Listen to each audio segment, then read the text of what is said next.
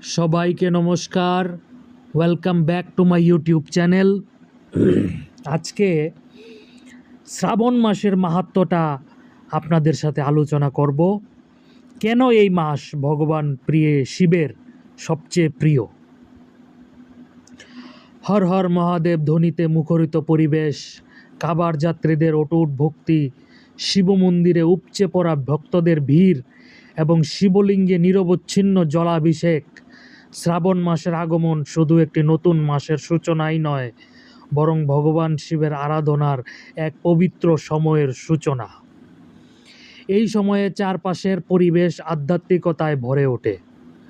সনাতন ধর্মে প্রতিটি মাসেরই নিজস্ব গুরুত্ব রয়েছে, তবে শ্রাবণ মাস সবচেয়ে পবিত্র ও বিশেষ মাস হিসেবে বিবেচিত হয়।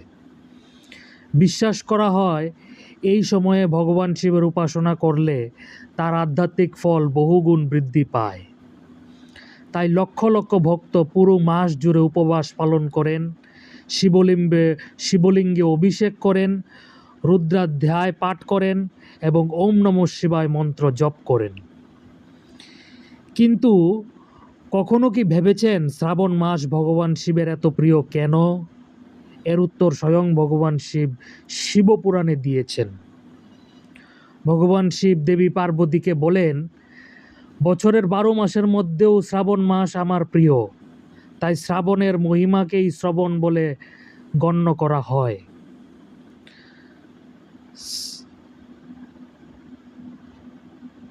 শ্রবণা নক্ষত্র পূর্ণিমায় অবস্থান করে, তাই শ্রাবণ মাস উদযাপিত হয়। এমনকি শ্রাবণ মাসেও কেবল তার বাণী শ্রবণের মাধ্যমেই পূর্ণতা লাভ হয়। অর্থ, ভগবান শিব বলেন 12 মাসের মধ্যে শ্রাবণ মাস তার সবচেয়ে প্রিয়। এই মাসের মাহাত্ম্য এতই মহান যে শুধু এর মাহাত্ম্য শ্রবণ করলেও পুণ্য লাভ হয়। এছাড়া এই মাসের পূর্ণিমা তিথিতে শ্রবণা নক্ষত্রের সংযোগ ঘটে, তাই এর নাম শ্রাবণ।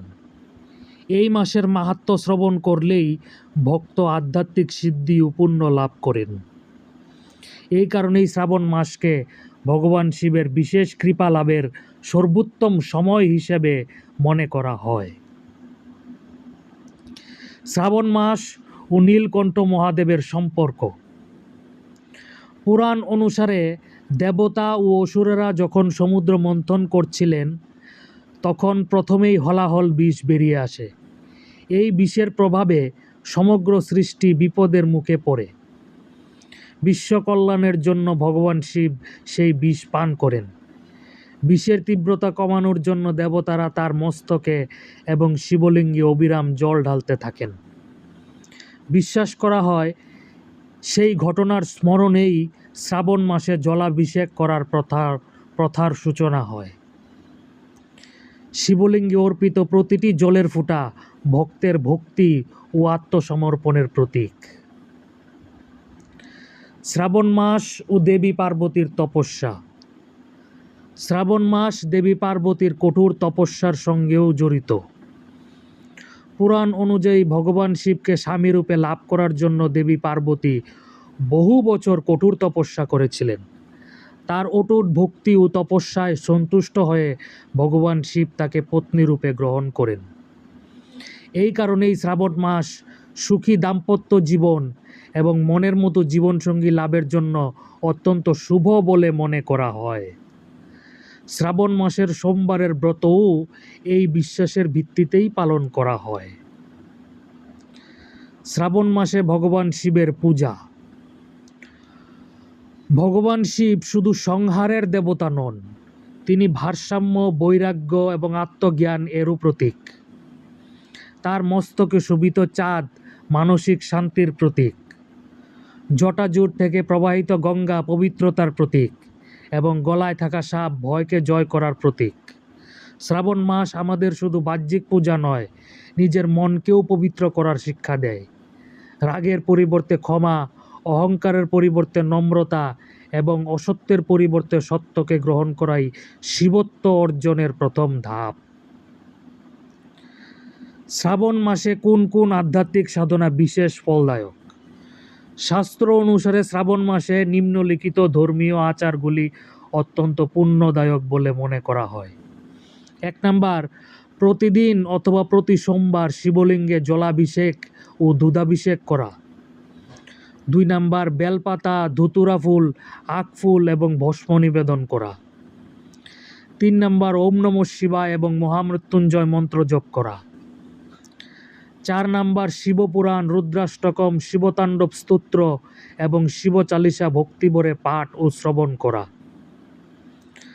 শ্রাবণ সোমবারের ব্রত পালন করে ভগবান শিব ও দেবী পার্বতীর পূজা করা। ব্রহ্ম মুহূর্তে স্নান করে শিব মন্দিরে গিয়ে দর্শন ও ধ্যান করা। সাত্ত্বিক আহার গ্রহণ এবং সৎ জীবনযাপন করা। শ্রাবণ শুধু একটি উৎসব নয়, এটি আত্মসমীক্ষার সময়। আজকের ব্যস্ত জীবনে শ্রাবণ মাস আমাদের একটু থেমে নিজের জীবনের দিকে তাকানোর সুযোগ দেয়।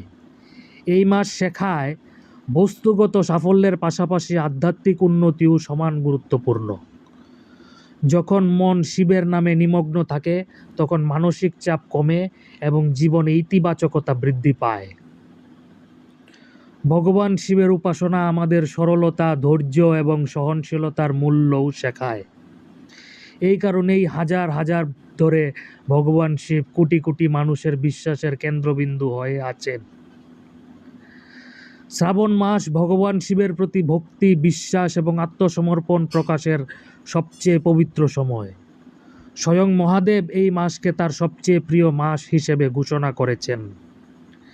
তাই এই সময়ে শিবনাম স্মরণ, জলাভিষেক, মন্ত্রজপ, উপবাস এবং পবিত্র গ্রন্থপাঠ বিশেষ ফলদায়ক বলে মনে করা হয়।